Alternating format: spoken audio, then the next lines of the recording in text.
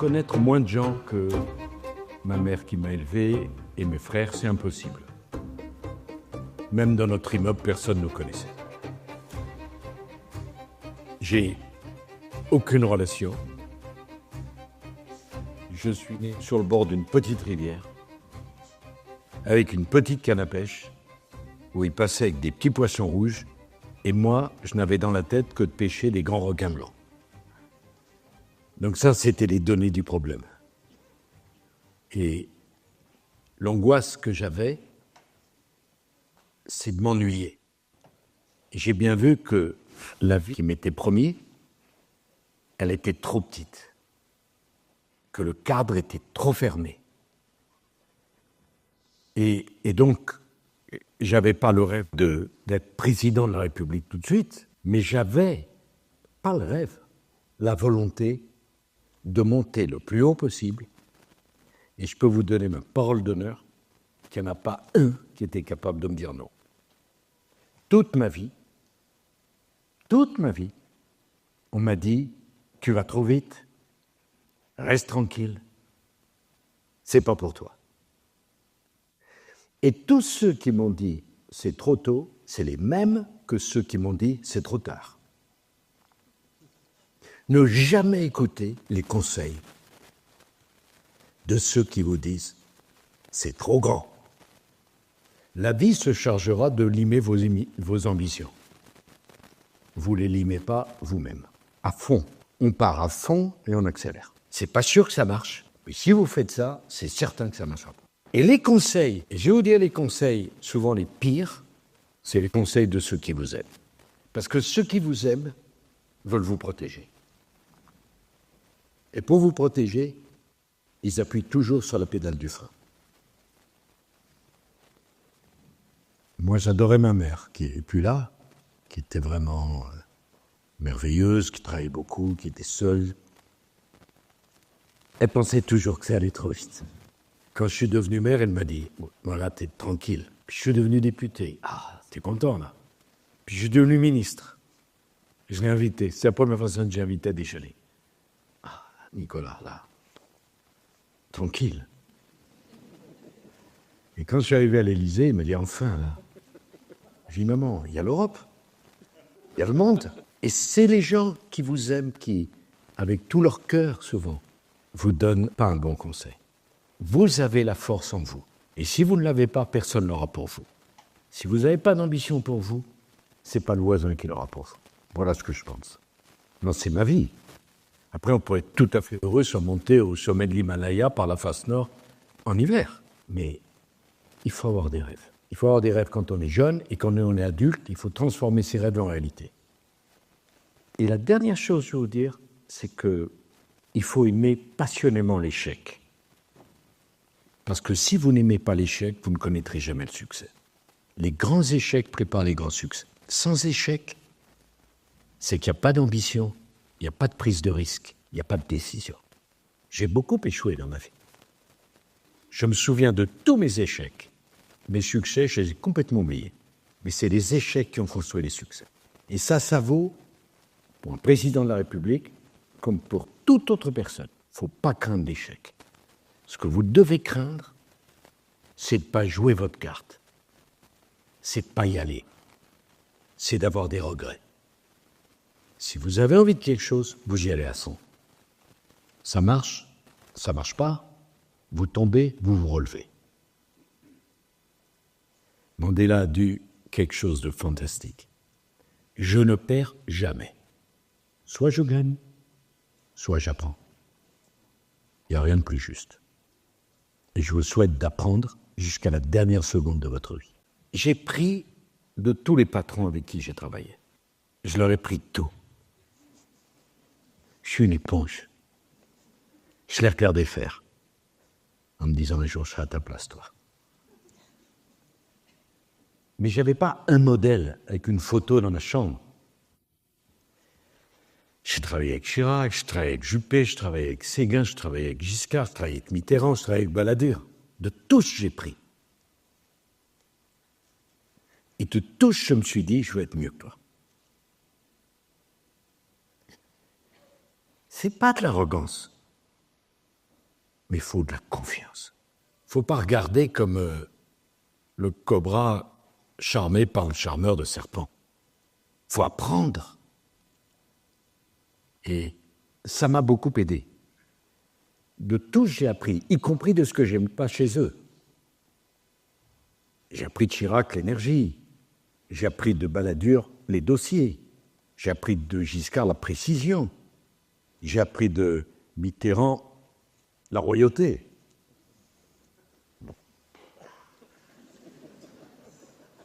Mais je n'avais pas de modèle.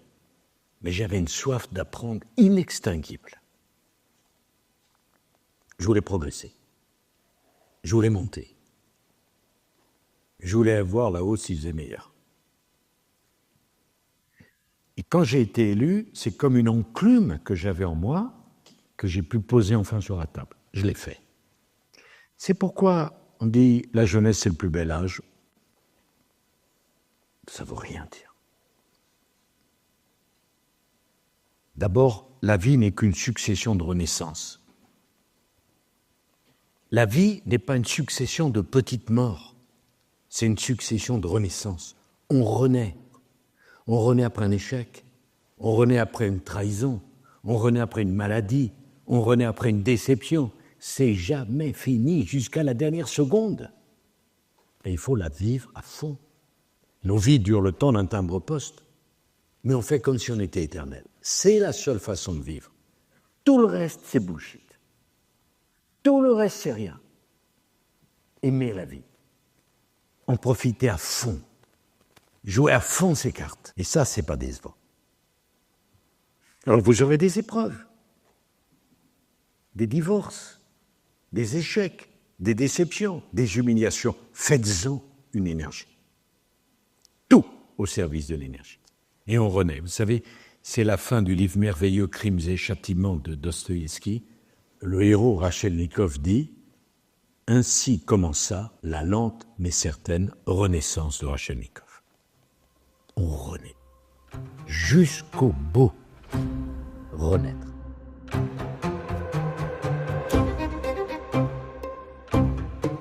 D'abord, on ne change pas les rayures du zèbre.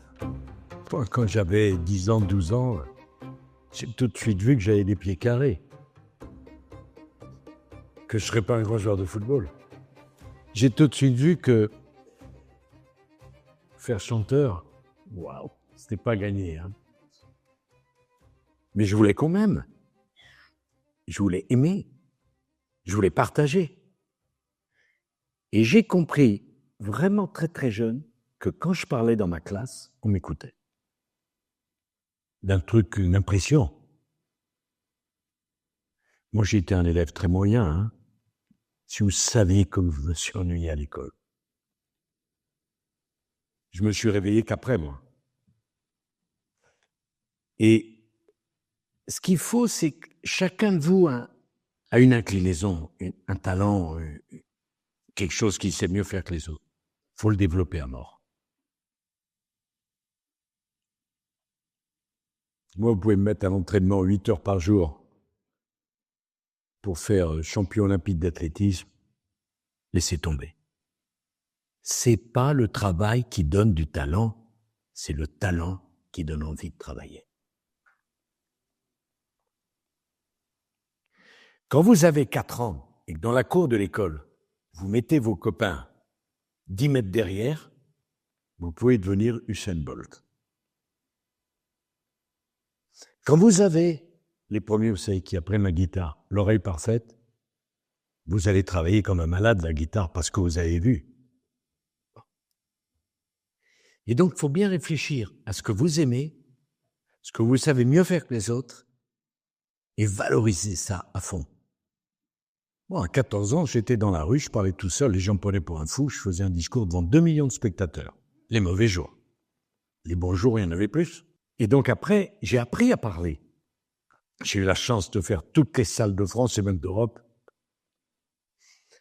et parler devant 100 000 personnes. Et longtemps, j'ai mis très longtemps à prendre le risque du silence. Quand vous avez 100 000 personnes devant vous, et tout d'un coup, boum, vous arrêtez. parce que je voulais être dans la salle, il n'y ait pas un éternuement. Et j'ai compris que c'était plus difficile de gagner l'attention que de susciter l'applaudissement. Ça, c'est le travail. Moi, je scrute la salle et l'audience. Et je l'amène à l'intérêt. Ça, c'est du travail. Mais à l'origine, pourquoi j'en sais rien, j'avais cette énergie et j'avais cette appétence pour parler. Et longtemps, j'ai défoncé les portes, même quand elles étaient ouvertes. Une fois, il me dit, pourquoi t'as cassé la porte? Un réflexe. Moi, si j'étais pas invité, j'amenais les couverts, la nappe, la boisson, la nourriture. S'il fallait que je serve, je voulais rentrer. Donc, mettez pas votre orgueil à un mauvais endroit. L'orgueil, il n'est pas dans le moyen.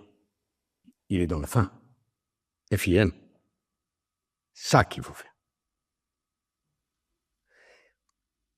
Après, d'où ça vient tout ça? Pourquoi on l'a? Pourquoi on l'a pas? Tout le monde a des atouts. Pour l'un, c'est la tête, pour l'autre, c'est le physique, pour le troisième, c'est la parole, pour le quatrième, c'est la sensibilité. Tout le monde a un atout. Allez chercher et développez-le. Vous êtes votre propre diamant. Allez chercher ça et façonnez. Voilà ce que je pense. Moi, j'ai pas eu d'exemple, j'ai pas eu de mentor, j'ai pas eu un prof qui m'a charmé, mais j'avais en moi quelque chose. C'est une maladie. Quand j'ai décidé de me présenter à la mairie de Neuilly, j'avais pas 28 ans. Toute ma famille s'est réunie. N'y va pas, ils vont me tuer. J'ai quitté la table, je ne leur ai réadressé la parole qu'une fois élu. Ils m'aimaient. Je veux dire quelque chose de très personnel. Quand j'ai divorcé d'avec Cécilia, en octobre 2007, moi je l'ai subi. Et ma pauvre mère m'a dit, j'étais président de la République. L'amour, c'est fini. Mais je dis, tu sais à qui tu parles? Un mois après, je rencontrais Carla que je n'avais jamais vue. 2 mois et demi après, on était mariés. Je suis un type qui prend les décisions. Rien n'était perdu. Rien. Oui. Eh bien, moi, je vous dis une chose. Tous, vous allez avoir des déceptions personnelles et amoureuses. Alors, si vous n'en avez pas, moi, je ne veux pas être votre copain. Hein. Mais vous apprenez de ça. Vous vous relevez de ça. Et vous construisez autre chose, mieux, plus fort, plus grand, plus intense. C'est pas la fin, c'est le début. En matière de mariage, moi, je suis...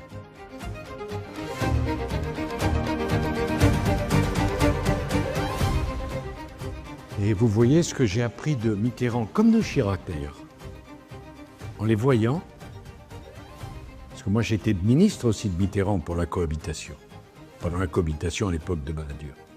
En les voyant, je me disais, si un jour je suis président, je veux être un homme vivant. Je ne veux pas être une statue de sel. Et être sentimental, mais c'est un atout.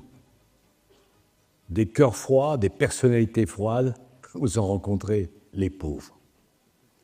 Quand ça fait mal, il faut le dire. Quand ça fait du bien, il faut le dire. Il faut vivre. Vivre. Il y a 2 choses importantes dans la vie, il n'y en a pas 3. Aimer et travailler. Travailler et aimer. On est fait, nous les êtres humains, pour ça. Travailler et aimer et travailler. Il n'y a rien d'autre.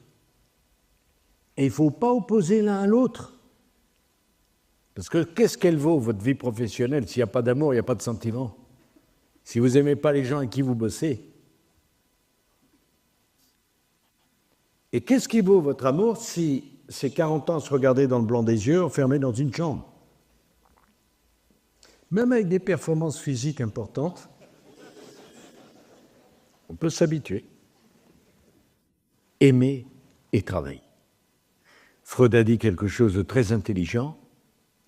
Si tu n'as pas de problème pour travailler et si tu n'as pas de problème pour aimer, tu n'as pas besoin de psychanalyse. Je n'ai pas besoin de psychanalyse.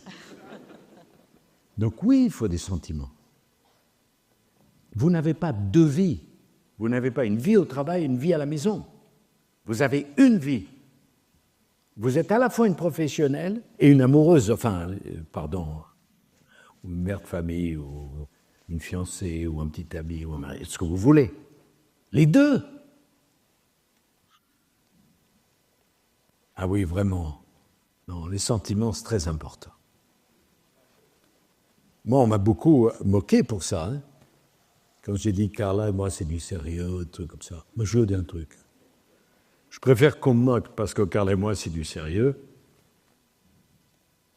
que d'être piqué à la rue du Cirque. Les sentiments.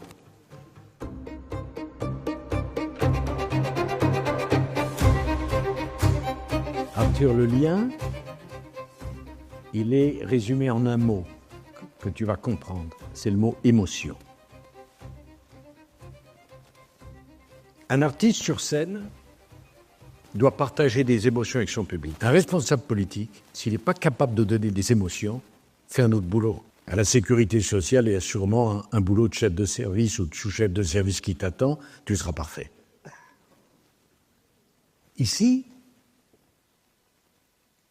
quel que soit ce que vous êtes, mon ambition, c'est que vous passiez 1 heure avec des émotions, des sentiments, un intérêt. Vous disiez, ce que j'ai entendu là, je ne l'ai pas entendu ailleurs. C'est le lien. Quand je parlais, j'ai fait 4 fois Bercy, 6 fois l'Olympia, 10 fois le Palais des Sports. J'ai fait le Parc des Princes. Mais les gens, ils venaient pour partager des émotions. Si vous ne partagez pas d'émotions, on n'est pas dans le coup. Donc le lien, il est émotion. Et dire qu'un homme politique doit être capable de faire le spectacle, pour certains, c'est une critique, mais pour moi, c'est une qualité. Tout le monde n'est pas capable de faire le spectacle, de faire le show. Et vous savez pourquoi ? Parce que dans la vie, il faut être généreux. J'ai dit à votre école, j'étais d'accord pour venir. Je viens, je donne tout. Si je ne veux pas donner tout, je reste chez moi. Donc, ce que vous appelez émotion, moi, je dis c'est généreux. Vous savez avec qui je suis marié. Il y a 4 ou 5 ans, elle m'a dit « c'était dur, le public n'était pas bon. » Je dis « non, c'est toi. » Comment ? Parce que c'est le showman ou showwoman, ou ce que vous voulez, qui fait le public. Ce n'est pas le public qui fait la personne en scène. C'est parce que tu donnes tout que le public te rendra tout. Si tu donnes à moitié, il ne te donnera rien.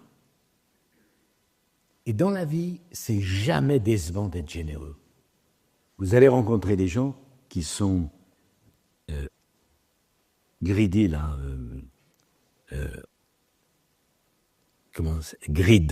qui sont avares. Mais vous devez être généreux. Parce que c'est les généreux qui gagnent. Parce que la générosité, toujours, ça rapporte beaucoup. Donc, tu vois, émotion, générosité, c'est la même chose. Et c'est un point commun. De tous ceux qui veulent être en scène, vous n'êtes pas obligé de vouloir monter sur scène. Mais si vous montez sur scène, il faut tout donner.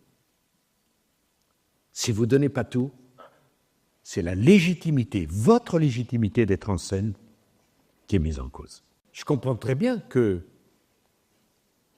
Je reconnais que ce n'est pas normal de vouloir être sur scène. Et tout le monde ne veut pas être sur scène, et on peut parfaitement être heureux sans être sur scène. Mais ce qu'on ne peut pas faire, c'est monter sur scène et pas tout donner. Et il ne faut pas avoir peur d'être ridicule. Parce qu'entre le sublime et le ridicule, il y a 1 demi-millimètre. Et parfois, j'ai tutoyé l'abîme. Ça, c'est difficile. Si vous ne prenez pas de risque de tout donner, vous ne serez pas bon. Et parfois, on peut dépasser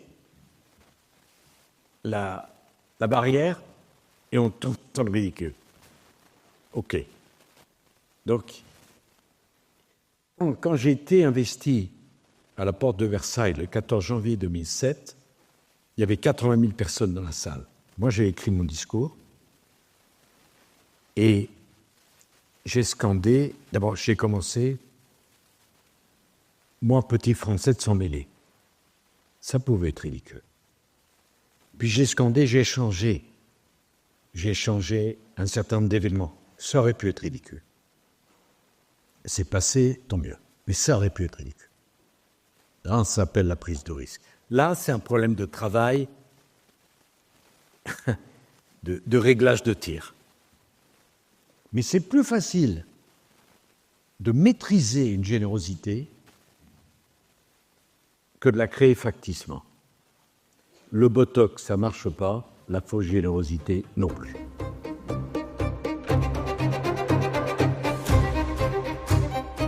Moi, je ne crois pas que la société est horizontale. Je pense qu'elle est verticale.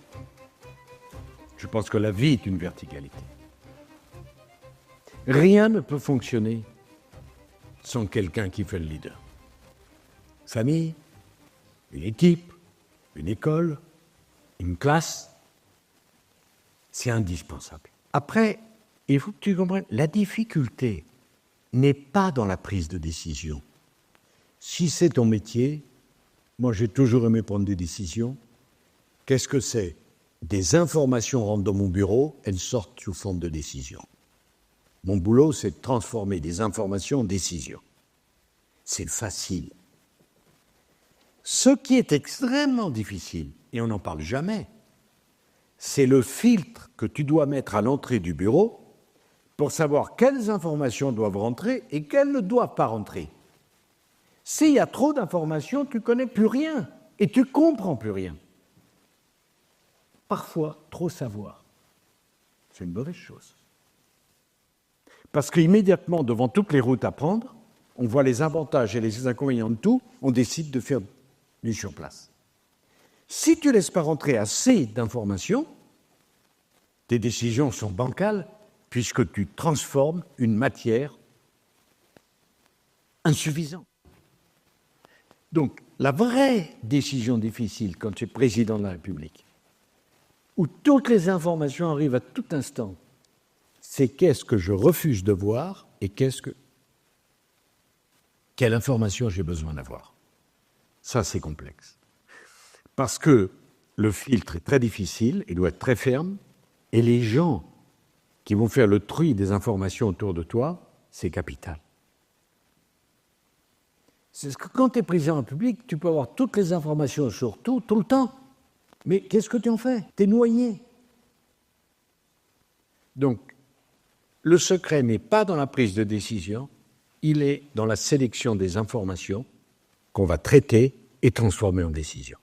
Ça passe par de l'expérience pour savoir ce dont on a besoin comme information et naturellement dans l'équipe des gens qui vont t'entourer, d'avoir les meilleurs professionnels possibles, même si on se trompe forcément. Mais tu vois, on parle toujours de la décision difficile. Moi, je parle de l'amont du choix de l'information. C'est ça qui est difficile. C'est ça qui est complexe. Bon, peut-être je vais choquer, mais le mot que je déteste le plus dans la langue française, c'est le mot égalité. Et le mot que je préfère le plus dans la langue française, c'est le mot différence. J'aime la différence. J'aime les gens différents. Je suis différent. Je n'ai pas fait l'ENA. Je réponds à aucun des critères des élites françaises. Je les ai digérés et dirigés. Donc, je préfère la différence. Je préfère la différence à tout. Et j'affirme qu'on ne peut pas chérir la différence et chérir l'égalité.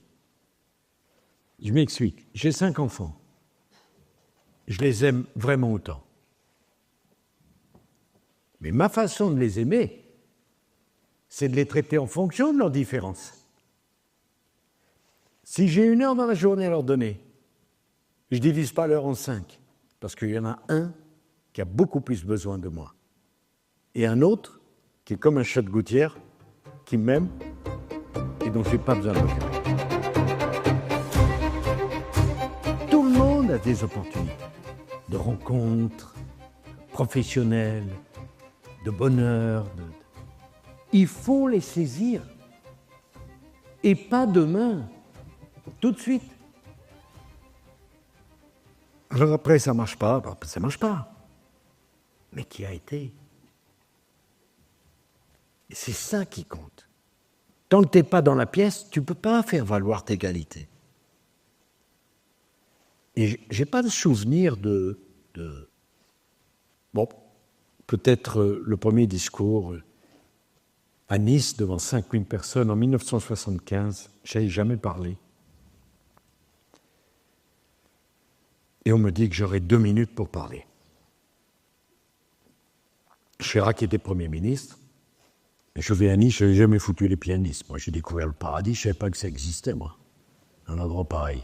J'arrive sur la scène, il y a 5000 personnes. Chirac me dit,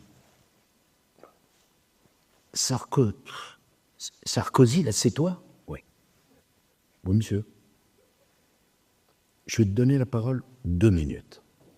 À 2 minutes, je coupe le micro. Il fallait faire presque 40 mètres pour aller au micro. J'étais tellement paralysé que j'ai pensé que j'avais perdu ma voix. J'arrive au micro.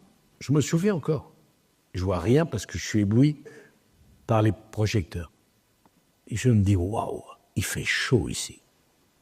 Je suis resté 18 minutes. Et que même Chirac, il ne pouvait pas couper le micro. 18 minutes. C'était un dimanche.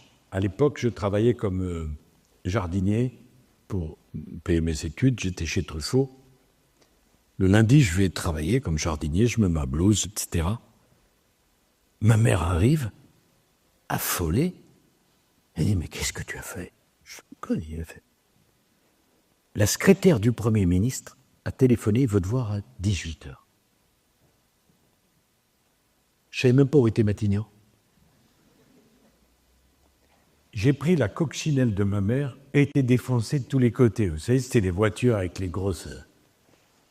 Je cherche sur un plan, j'arrive à Matignon et je veux rentrer avec la coccinelle.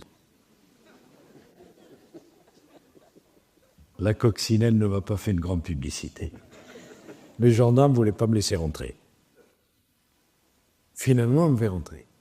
J'arrive là-dedans, je vois des huissiers avec des chaînes en argent. Je me dis, ça existe, un truc pareil. On me conduit, je prends un escalier, on me conduit dans l'appartement du Premier ministre. Je te jure, il y a une table avec des feuilles en or. Une table avec des feuilles en or. J'ose même pas m'asseoir. J'attends 20 minutes. Tout d'un coup, la porte, elle ne s'ouvre pas, elle explose. Chirac, toi, t'es fait pour faire de la politique. Comme ça. Donc, saisis les chances. Saisis la chance. Parce que tous vous aurez une chance. Tous vous aurez des problèmes. Et tous vous aurez une chance. Mais regarde là. Si toi, tu ne la vois pas, tu as des tas de gens qui ne voient rien. Rien. Il faut tout voir. Tout regarder. Tout observer. Toujours concentré. J'ai réfléchi à ce que je vous dis. J'ai 50 ans de vie professionnelle derrière moi à bosser tout le temps. Ce n'est pas un catéchisme que je récite. C'est une expérience de vie que je partage avec vous. Et ce qui compte, c'est, ce que je dis. Parce que je peux dire de la même façon rien et il restera rien. Donc, ce qui compte, c'est l'adéquation entre ce que tu dis, ce que tu penses et ce que tu es. Alors, qu'est-ce qui est sous-estimé? Si ça fait bien rire, j'ai une fille de 13 ans et que pas une championne du monde à l'école, je reconnais. Tant d'autres qualités, bon. Et j'ai été convoqué par sa prof, elle m'a dit « Maman, Julia est très intelligente. » Bon, on va au problème? Je que si t'es premier, t'es premier. Moi, je t'ai dit tout à l'heure, personne n'a dit que j'étais intelligent. Jamais. Je m'en fous. Mais c'est un fait. Peu importe, parce que quand tu gagnes, le succès, il y a un tel problème en France entre le succès et les Français, que le succès est détesté en vérité. Donc c'est pas le plus intelligent qui gagne. Alors, il faut s'excuser d'avoir gagné chez gens. C'est un truc de fou, quoi. Il faut s'excuser en permanence d'avoir gagné de l'argent, d'avoir de l'ambition, de vouloir avoir une grande vie. C'est insupportable. Pour moi, c'est insupportable. Tu comprends ça? C'est insupportable. Moi, je crois qu'on mérite, au travail, au sentiment. Je ne crois pas au nivellement. Et le mérite, c'est que chacun d'entre vous aille aussi haut qu'il souhaite, ou qu'il peut. Et donc, tu vois, dans notre pays, tu gagnes, il faut t'abattre. Tu es un leader, il faut te détruire. Moi, j'admire Bernard Arnault. Il a fait un truc que je n'ai pas fait. Bernard Arnault, il y a 35 ans, il a racheté Boussac pour 50 millions de francs. Il en a fait LVMH 400 milliards. Tout le monde n'est pas capable de faire ça. J'admire Bernard Arnault. Et le problème de la France, c'est d'avoir plein de Bernard Arnault. La différence entre François Hollande et moi, elle est très simple. Il voulait moins de riches, moi je veux moins de pauvres. C'est pas la même chose. C'est pas pareil. Mais vous réfléchissez, Bernard Arnault, quand même, le type. Il voit Boussac qui est en faillite. Il y a dedans Dior, qui est vraiment totalement démodé. Et 35 ans ou 40 ans après, ça devient le VMH. Mais c'est pas rien de faire ça, quoi. À ce niveau-là, c'est un travail d'artiste. C'est un génie. Tout le monde n'est pas comme ça. C'est monumental. Et on devrait l'admirer, le critiquer. Et ce que je souhaite, c'est qu'il y ait plein de Bernard Arnault dans la salle. Pas que Bernard Arnault gagne la même chose que M. Dupont, M. Durand. Bon, c'était vraiment un plaisir d'être avec vous. Merci.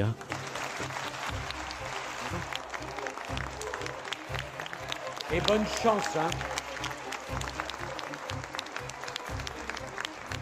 Mais je dis une chose. Quand j'avais votre âge, j'aurais tellement aimé qu'on m'invite et qu'on invite un type comme moi qui remplisse mon réservoir d'énergie. Je serais rentré chez moi, j'habitais dans une toute petite chambre, au 7e sans ascenseur. Je me serais dit, il a raison. Ce qui est important, c'est les rencontres. Et moi, je garderai un très beau souvenir de cette rencontre. Et vous devez vous souvenir d'une chose. Tout est possible si vous le souhaitez. Tout est possible.